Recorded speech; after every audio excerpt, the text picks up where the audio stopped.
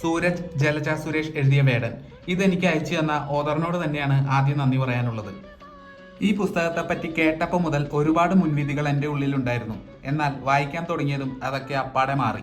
വേടൻ ചെറുകഥകളുടെ ഒരു സമാഹാരമാണ്.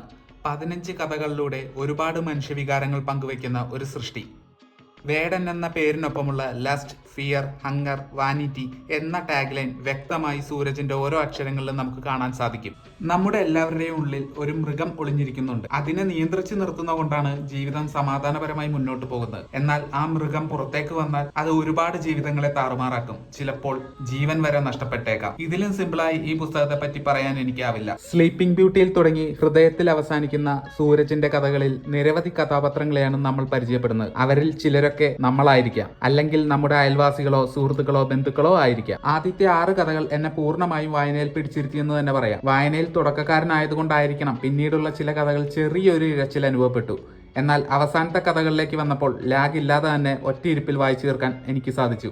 യഥാർത്ഥ മനുഷ്യ സ്വഭാവം പ്രതിഫലിക്കുന്ന ചെറുകഥകൾ നിങ്ങൾക്ക് ആസ്വദിക്കാൻ സാധിക്കുമെങ്കിൽ വായിക്കുക.